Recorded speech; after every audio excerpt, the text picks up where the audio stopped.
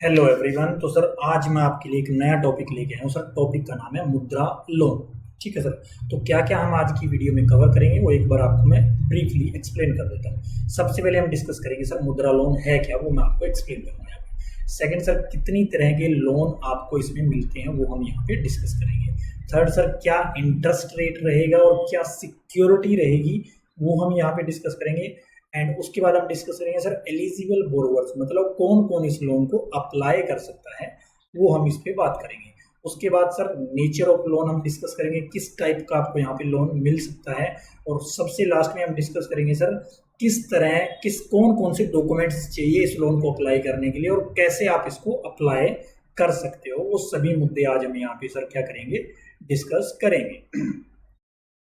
तो sir start करते हैं कि मुद्रा लोन है क्या। तो एक बार मैं थोड़ा सा आपको एक्सप्लेन करना चाहूंगा। तो मुद्रा लोन क्या है सर, गवर्नमेंट ने क्या बोला कि सर बहुत सारे हमारे छोटे छोटे इंटरप्रेन्योर है, जिसके अंदर आपका एक रेडी वाला भी आ जाता है, जिसके अंदर आपका एक परचून की शॉप करने वाला एक शॉपकीपर भी आ जाता है, जिसके अंदर आपका आप बोल सकते हो कि छोटा मोटा कोई शोरूम चला रहा है। ठीक है, लाइक कोई साइकिल्स की दुकान कर रहा है, कोई इलेक्ट्रिक व्हीकल्स की शॉप कर रहा है स्कूटी की, या फिर उसके अंदर एक रिपेयर करने वाला वर्कशॉप चलाने वाला कोई बाइसिकल की, साइकिल की, मोटरसाइकिल की, कार्स की रिपेयर करता है। सभी तरह के जो छोटे छोटे एंटरप्रेन्योर्स होते हैं वो कवर किया। तो गवर्नमेंट ने क्या चाहा सर, उनको सपोर्ट देनी चाहिए और सपोर्ट देने के लिए उन्होंने क्या किया, एक स्कीम लॉन्च करी जिस स्कीम का नाम था सर प्रधानमंत्री मुद्रा योजना।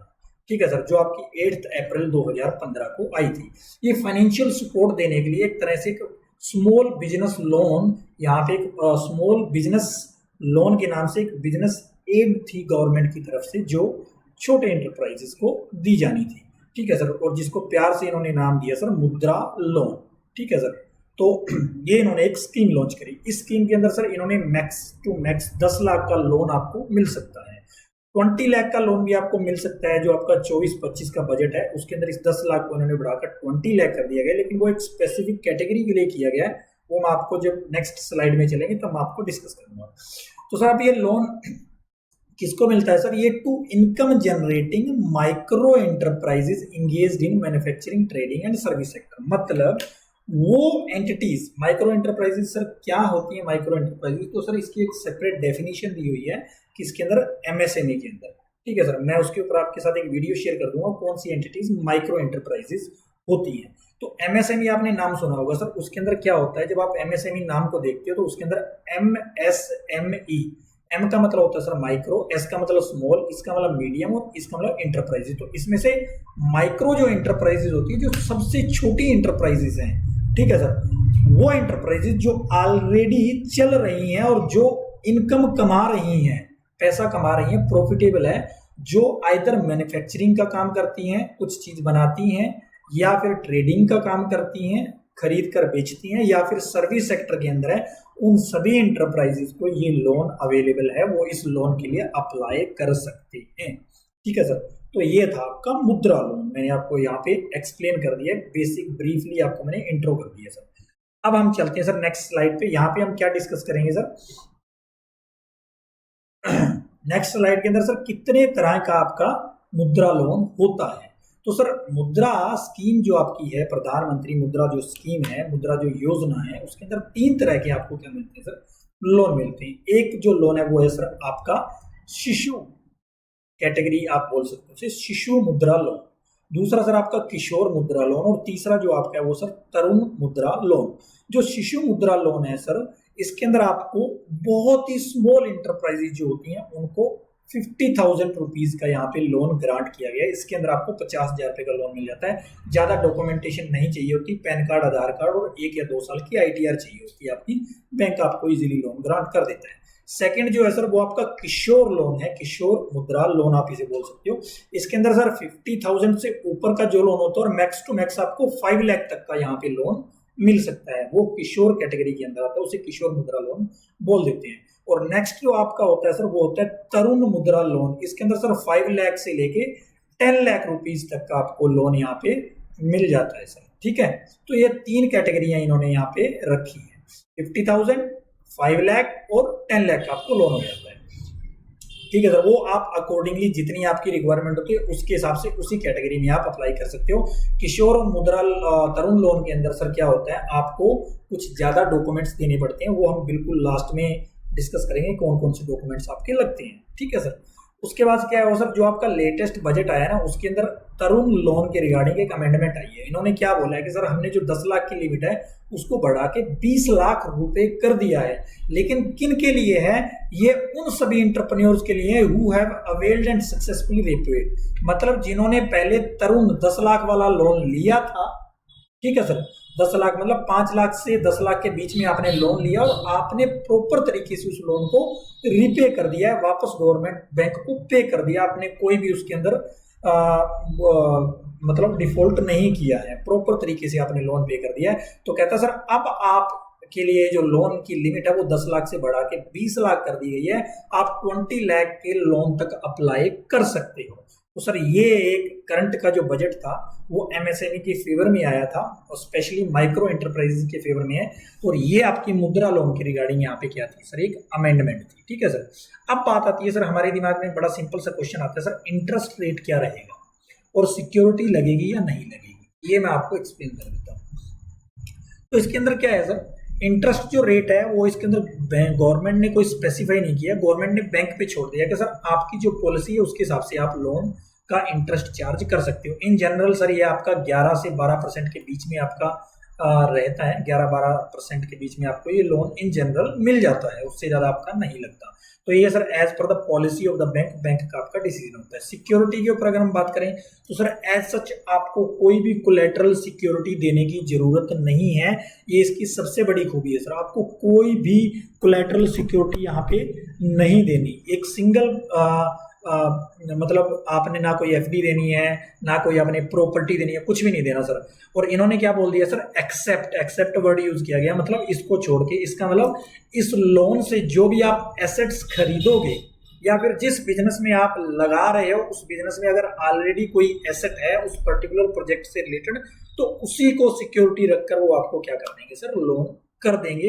आपको कोई प्रॉपर्टी, कोई स्टॉक अलग से कुछ भी सिक्योरिटी देने की जरूरत नहीं है, ये इसकी सबसे बड़ी खूबी है सर इस लोन की। तो आपकी कोई सेपरेटली आपको कोई सिक्योरिटी देने की भी जरूरत नहीं है। ठीक है सर, नेक्स्ट आ जाता है सर, अब नेक्स्ट क्वेश्चन हमारे दिमाग में क्या आता है सर, आपने इंटरेस्ट भी बता दिया, किस तरह का लोन है वो भी बता दिया, कितने पैसे हमें मिलेंगे वो भी बता दिया। अब सर अप्लाई कौन कर सकता है, तो सर इसको प्रोप्राइटरी कंसर्न मतलब इंडिविजुअल, अगर आप एक प्रोप्राइटरशिप फर्म बना के बिजनेस कर रहे हो तो आप भी अप्लाई कर सकते हो। अगर आपके पास पार्टनरशिप फर्म है तो भी आप अप्लाई कर सकते हो, प्राइवेट लिमिटेड कंपनी है, पब्लिक लिमिटेड कंपनी है, या फिर कोई कोऑपरेटिव सोसाइटी या एनी अदर फॉर्म, जो भी बिजनेस मोड आप करते हो जिससे बिजनेस कर रहे हो, आप कंपनी बना के कर रहे हो, प्रोप्राइटरशिप बना के कर रहे हो, किसी भी तरह का आप बिजनेस पार्टनरशिप कर रहे हो, आप लोन अप्लाई कर सकते हो, आप एलिजिबल हो सर, कोई प्रॉब्लम नहीं है।